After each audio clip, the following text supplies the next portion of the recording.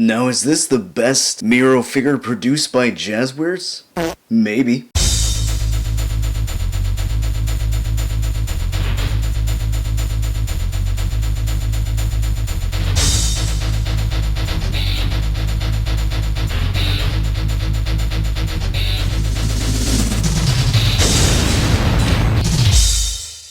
Hey, Metal Driver here with another AEW review, and today I'll be reviewing Unrivaled Series 10 Miro. Now, this figure has been available on Ringside for about a month now, so I'm pretty sure you know what the box looks like, but in case you don't, here's the back. So let's not waste any more time, let's go ahead and open this up and take a closer look at Miro. And here's the Redeemer Miro out of the packaging, but before we take a look at the figure, let's look at the accessories that he comes with. He comes with the TNT Championship belt. We have received this black one before, so it's not brand new. It looks nice for the most part. The sculpting of the plates look really good, I love that. The only thing that kind of sucks with mine is that the paint on the red, not exactly great. In fact, it goes over the gold lettering of the word champion, so that doesn't look that great. So that kind of sucks. And it would have been nice to get the white strap version of the belt. And then we do get an alternate head sculpt here. This has a somewhat serious look. At least I think that's what they were going for. It doesn't really look that serious to me, but it doesn't look too bad. I think the likeness to Miro is pretty good. Not the best, but certainly not the worst. I would say the likeness looks much better at certain angles, especially from the side. The beard is sculpted really well. I like how that looks. Paint on the lips, the teeth, the eyes, the eyebrows look good. It's got nice, smooth sculpting for the hair, so that looks really good. There it is from the back. Then look at the head scan that's already on the figure. This one is different in that he has this, I don't know, kind of glazed over look. He's got a little bit of a smirk. His eyes are really relaxed. I'm not sure what this look is supposed to represent. Doesn't really feel like the Redeemer, in my opinion. Whenever I think of the Redeemer, I think of this angry, pissed off, I'm gonna cast judgment on my opponent type of expression. This one kind of looks like he's been hanging out with Matt Riddle. So I'm going to be honest, I'm probably going to have the other head sculpt on this body and not even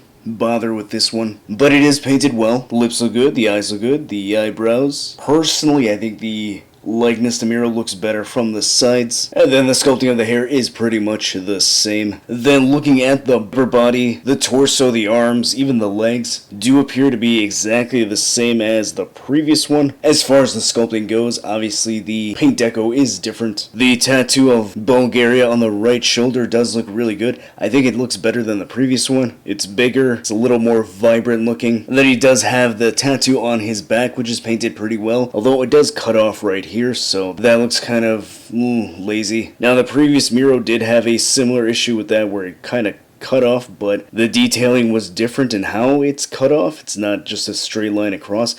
And in fact, looking at these two side by side, you can see that the new one has a bigger tattoo on the back, so that is different. I'm not sure which one I like better, but this one, at least the way they cut it off, does look more appealing. I would have preferred it if they went all the way up the back. And then looking at the trunks, these are red and gold. I love this color combination. You've got TNT on the front. It says TNT Champion. Paint looks really good on there. Now the rest of the paint throughout the shorts does have some sloppiness around. You can see that right here on the gold, a little bit down here as well. So not the best paint job, but certainly not the worst. Gold right here looks good, nice design right there. Says Miro, so good lettering. Same thing on this side. Then he's got red boots, kick pads. It's got that same Miro design in gold going across the shins. Paint looks really good. Painted really well, so that looks nice. And then you do see the bottom of the boot in black where the kick pad is covering up, so that looks really good. Then going over the articulation, the head is on a ball joint and a hinge, so it goes that high up, looks that far down, so great range there. Can turn side to side and slightly tilt. Shoulder goes that high up, it goes all the way around. There is a bicep swivel, double jointed elbows, great range there. Swivel and hinge at the wrist. We get a ball joint at the upper diaphragm, he goes that far back, that far forward, doesn't really tilt all that much. And then there's a ball joint at the waist, so he can go further back, further forward, and slightly twist. The legs go that far out, it's not the best range there, that high up, so a little bit better, but still not the best range. Thigh cut, double jointed knees, a rotation at the top of the boot, ankle goes slightly up, that far down, and he's got some great ankle pivot. And here is Unrivaled 10 Miro next to the Unmatched Miro figure. And if you're wondering how the Unmatched head sculpt looks like on the new Miro, here is how it looks. And here's the Unrivaled Miro head sculpt on the Unmatched Miro figure. So, what are my final thoughts on the new Unrivaled 10 Miro figure? I think it's pretty good. I like the head sculpts. I like that we get two different ones. And I do like the attire choice on this. Comes with the TNT Championship belt. So, to answer the question, is this the best Miro figure by Jazzwares? Well, considering there's only two, then